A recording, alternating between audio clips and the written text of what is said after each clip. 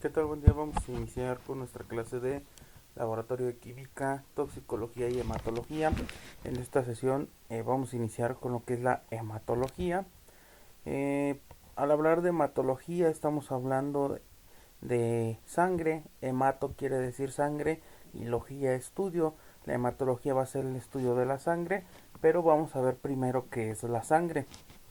La sangre es un fluido orgánico, es una de las diversas especialidades que tiene la ciencia forense, es el indicio más importante a la hora del aclaramiento de un hecho y el más frecuente. Este, cuando se encuentra, debe ser cuidadosamente estudiado. Su uso como medio de prueba no es desconocido, sin embargo, su nivel de importancia ha sido elevado por la ciencia.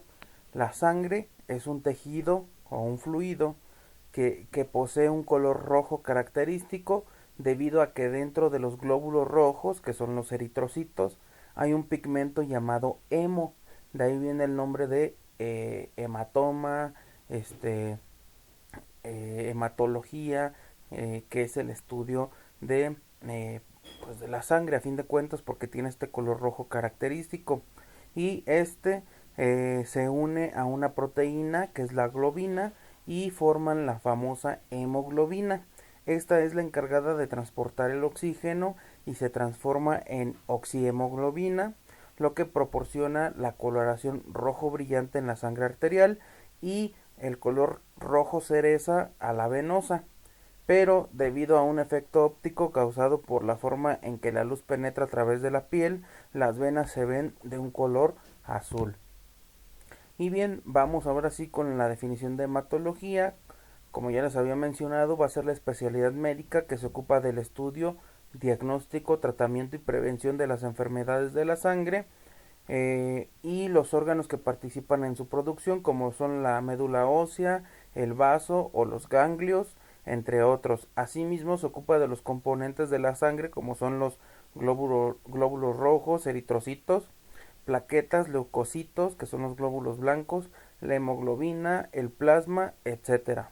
Y de sus características, en este caso el mecanismo de coagulación, entre otras cosas.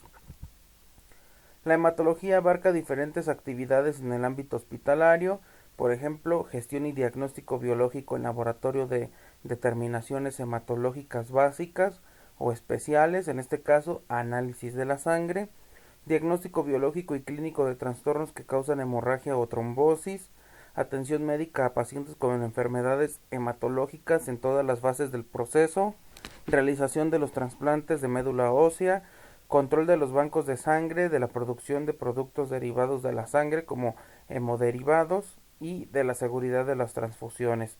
También sobre las investigaciones y desarrollo de nuevos procedimientos para el control de enfermedades hematológicas. Entre las numerosas enfermedades de que se ocupa la hematología cabe destacar las siguientes: enfermedades oncológicas como leucemia, linfomas, mielomas, trombosis y enfermedades hemorrágicas como la hemofilia, síndrome de mielodisplásico, anemia, neutropenia, trombocitopenia. Y vamos a ver otra rama de la hematología, que es la hematología forense, que es la que nos importa o la que pues nos sirve un poquito más a nosotros, es con la que vamos a trabajar. La hematología forense abarca todos los aspectos, tanto reconstructor como identificador, en el terreno no solo policial, penal, sino que además el civil por los problemas relacionados con la afiliación. La hematología forense comprende dos ramas, que es la hematología identificadora y la hematología reconstructora. Vamos a ver cada una de ellos.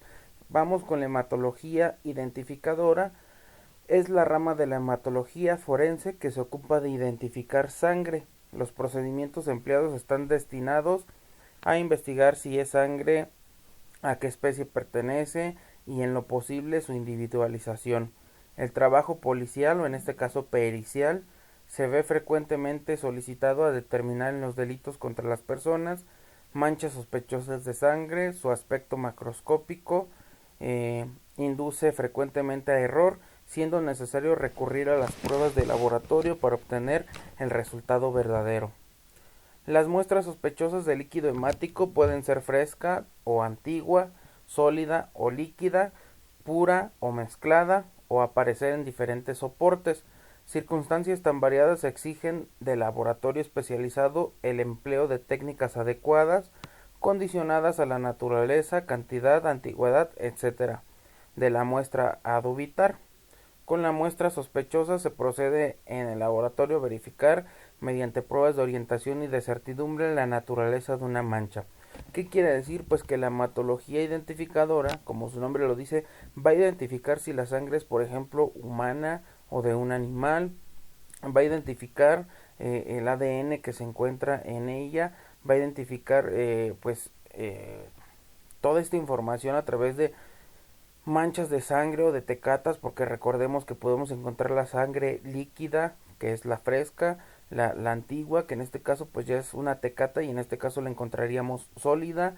Vamos a encontrar sangre pura o puede que encontremos sangre mezclada, ya sea con otra sangre o con alguna otra sustancia, por ejemplo agua, orina, heces, vómito. Entonces pues aquí vamos a estar analizando todo este tipo de muestras para tratar de identificar, como su nombre lo dice, es hematología identificadora.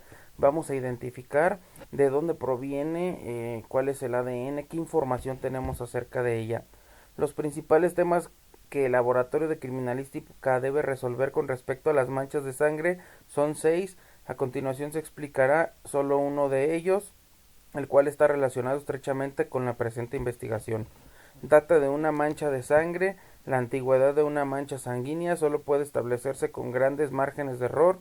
Si bien con el tiempo las manchas de sangre cambian de color y esto se usa para realizar una conclusión estimativa, también hay técnicas y métodos químicos que se realizan para poder determinar data de una mancha de manera orientativa. ¿Qué quiere decir esto? Pues que también por el color de la sangre vamos a determinar qué antigüedad tiene la misma. Eso es la hematología identificadora. Vamos con la hematología reconstructora. Esta se ocupa de la determinación e interpretación del mecanismo de producción de las máculas, en este caso de las manchas. Cada mecanismo de producción tiene imágenes sanguíneas propias que se ven alteradas, cualquiera sea el factor que las produce por las características propias del soporte. A través del estudio meticuloso de las imágenes, en este caso su morfología o la forma de las manchas, se podrá obtener una información precisa de la forma en que se han producido los hechos, se podrá determinar posición de la víctima y del agresor, los movimientos realizados en el sitio del suceso, características del traumatismo y la violencia empleada, intensidad del traumatismo, armas empleadas, movimientos ejecutados con ellas, incluso señalar aproximadamente o descartar al autor del delito. Las etapas fundamentales de la investigación se aplican a los rastreos hemáticos tanto en recintos cerrados como en abiertos. ¿Qué quiere decir esto? Que la hematología reconstructora, como su nombre lo dice, se encarga de reconstruir el hecho.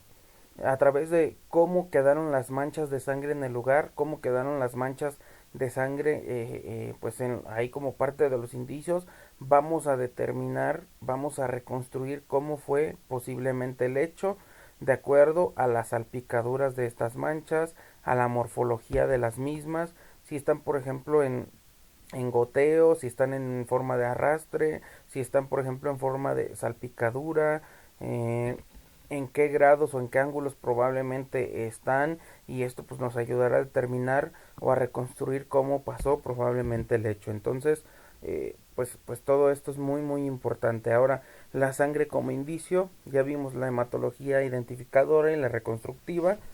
Vamos a ver ahora la sangre como indicio. Es en un determinado lugar en el cual se observan manchas sanguíneas, cabe suponer que ha sido lastimada, herida o muerta una persona o un animal cualquiera. Para todos los casos se deben tomar ciertas precauciones, las cuales exige rigurosamente la criminalística. La búsqueda de estos indicios en el lugar de un crimen debe realizarse sobre muebles, ropas de cadáveres, paredes, pisos, techos, en este caso si hubo salpicaduras de proyección en ventanas, puertas o objetos diversos del lugar, ya que todas estas superficies orientan al perito y sirven para establecer cómo sucedieron los hechos. Digamos que aquí en la parte de la sangre como indicio vamos a utilizar la hematología reconstructora para determinar cómo es que ocurrieron los hechos. Los diversos objetos embebidos con tejido hemático deberán ser remitidos al laboratorio para su análisis y para determinar si se trata de sangre humana o de origen animal o de sustancias colorantes o semejantes a este líquido. La morfología, cromaticidad, la dimensión y la distribución de las manchas sanguíneas encontradas en el escenario de un hecho permiten tener un panorama del desarrollo del acto criminal, quiere decir pues cómo pasaron las cosas, así también el modo en que se produjeron las heridas. Por ejemplo, si fueron con una herida, si fueron, perdón, una herida con un arma blanca, con un arma de fuego, con un arma contundente, con un arma punzante, o cómo se produjeron esas heridas. Generalmente las manchas son visibles a simple vista, pero muy a menudo el rastro es tenue e imperceptible. Estos son posiblemente los más importantes que otros de apariencia llamativa en los sitios de suceso abiertos, especialmente caminos polvorientos. La sangre se busca soplando ligeramente los sitios sospechosos. Aparecerá entonces la mancha de sangre bajo el polvo. Se incluye también el rastreo en arbustos, pastos, rocas, hojas, etcétera.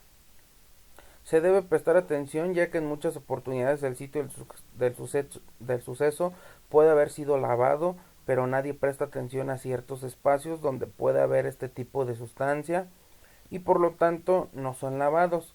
El investigador policial auxiliado del médico criminalista debe establecer si existe realmente una relación entre la cantidad de sangre que se encuentra en el sitio del suceso y las otras lesiones del cadáver o de la persona lesionada. Las formas de las manchas y su distribución dan en general una completa información sobre las circunstancias del hecho. Para estudiarlas debemos recurrir a la hematología forense, como ya lo habíamos mencionado. Por ejemplo, como en esta imagen, aquí nos muestra cómo una gota queda a 90 grados, otra 80, 70, 60 y se ve cómo va viendo cierto escurrimiento de acuerdo al ángulo que cae. Entonces, pues no es lo mismo una gota que cae a 90 grados, por ejemplo una que cae a 10 grados. Entonces, pues hay que estudiar todas estas diferencias. También dentro de la hematología forense utilizamos lo que es la identificación por ADN. El ADN pues es el famoso ácido desoxirribonucleico y este es el responsable de contener información genética de un individuo o de un ser vivo. Recordemos que esta información pues es única, no se repite, cada persona tiene una combinación de elementos de manera pues única, de manera irrepetible, entonces pues por eso es que se identifican a las personas por este medio. El estudio del material biológico como saliva, semen, sangre, pelo y otros tejidos permiten tipificar el ácido desoxirribonucleico. En este método identificatorio moderno y por su gran precisión se ha denominado huella genética. Entonces, al nosotros tener sangre humana, pues vamos a identificar o encontrar un ADN y de ahí vamos a empezar a analizar qué información genética tenemos de esa persona. Y precisamente se trabaja con los grupos sanguíneos. Un grupo sanguíneo es una clasificación de la sangre de acuerdo a las características presentes en la superficie de sus glóbulos rojos y en el suero de la sangre. Las dos clasificaciones más importantes para describir un grupo sanguíneo en humanos son los antígenos, que es el sistema ABO, y el factor RH. Es lo que nosotros conocemos como antígeno A, B, AB o sin antígeno. Es lo que llamamos, por ejemplo, sangre A, sangre B, sangre O. Y de ahí viene el factor RH que es positivo o negativo. Por ejemplo, eres grupo sanguíneo A, RH positivo. Entonces ya de ahí pues van catalogando a las personas o identificando a las personas también de acuerdo a su grupo sanguíneo. Y pues todo esto son técnicas de análisis del ADN en genética forense. A fin de cuentas, esta huella genética o genética forense estudia todo lo que tenga que ver con el ADN, todo lo que tenga algún contenido de este para identificar a las personas. Y pues es muy importante la sangre, en este caso que seguimos hablando de hematología, es muy importante porque es una excelente fuente para obtener ADN o el ácido desoxirribonucleico y pues que se pueda realizar una identificación de personas de acuerdo a esta información que se obtiene en la sangre. También podemos obtener ADN en el pelo Desafortunadamente, cuando el pelo está cortado, pues no contiene ninguna información nuclear de ADN. Para que la prueba de ADN de cabello sea exitosa, el pelo debe tener el folículo piloso adjunto o la raíz. Entonces un pelo cortado pues no va a tener ADN, solamente aquel pelo que tenga su folículo piloso. Y también podemos encontrar ADN en el semen. El ADN de la cabeza de los espermatozoides es habitualmente la fuente más importante de ADN como prueba del delito en casos de ataques sexuales. 5 microlitros de semen contienen aproximadamente la misma cantidad de ADN que 50 de sangre. Entonces, si se fijan, pues es muy rica la información genética en el ADN que se encuentra en el semen que la que se encuentra a diferencia en la sangre. Entonces, pues de preferencia o de mayor ayuda va a ser cuando se trabaje con semen. En el lugar del hecho, es de gran utilidad para la búsqueda de manchas de semen la utilización de la luz ultravioleta, aunque esta es una prueba de orientación inespecífica. Sobre soportes absorbentes, en la mayor parte de los delitos sexuales, la instrucción tiene la posibilidad de secuestrar prendas interiores, toallas higiénicas femeninas, sábanas, toallas, pañuelos, trapos, papeles, etcétera, que puedan absorber o que puedan haberse utilizado para limpiar rastros de semen de los sospechosos. En todos estos casos, el personal interviniente debe remitir las muestras al laboratorio rápidamente, sin intentar realizar ningún levantamiento de manchas de las mismas. En caso de que esto no se pueda realizar inmediatamente, estos elementos deben secarse al aire y a la sombra antes de su embalaje, ya que la humedad favorece el ataque de microorganismos y hongos, lo cual dificulta notoriamente la identificación de los espermatozoides y destruye la posibilidad de realizar técnicas moleculares de ADN. Y bien, pues aquí nos menciona también cómo trabajar sobre soportes no absorbentes en el caso de que la mancha se encuentre sobre soportes que no pueden ser remitidos al laboratorio, en este caso artefactos de baño, madera de la cama, el piso. Se debe realizar un correcto levantamiento para su estudio. Se aconseja utilizar un trocito de gasa. El algodón dificulta la visualización de espermatozoides, el cual se deposita sobre la mancha. Se agrega paulatinamente y con un gotero o solución fisiológica, y utilizando una pinza se presiona suavemente sobre la mancha y se continúa agregando solución fisiológica hasta lograr la disolución de la mancha y su adhesión a la gasa sin frotar o ejercer presión fuerte a fin de preservar los elementos formes. Luego la gasa es colocada en un frasquito para su remisión. Si esto no se realiza rápidamente, debe ser desecada de la misma manera como se produjo o como se procede con los hisopos o cotonetes manchados con sangre. Si la mancha se distingue seca y formada una película escamosa, se puede levantar en seco por raspado con un bisturí o un elemento similar y colocarse en frascos. Las manchas de esperma dan una fluorescencia blanco-amarillenta que va ganando a amarillo con el tiempo. En el caso de alfombras, parte del asiento de un automóvil, etcétera, de ser posible se recorta la parte manchada y se remite seca en sobre de papel para que sea analizada. Los preservativos encontrados en el lugar del hecho con semen líquido en su interior se deben atar para que no se derrame su contenido y se introducen en un frasco plástico. Se deben conservar refrigerados si no se remiten inmediatamente al laboratorio, y se puede tomar material con hisopos y desecarlos para posteriormente analizarlos. Hasta aquí dejamos nuestra clase. Vimos parte de hematología y parte de ADN en el pelo, en la sangre, en el semen, y cómo se trabaja, por ejemplo, las huellas o rastros de semen.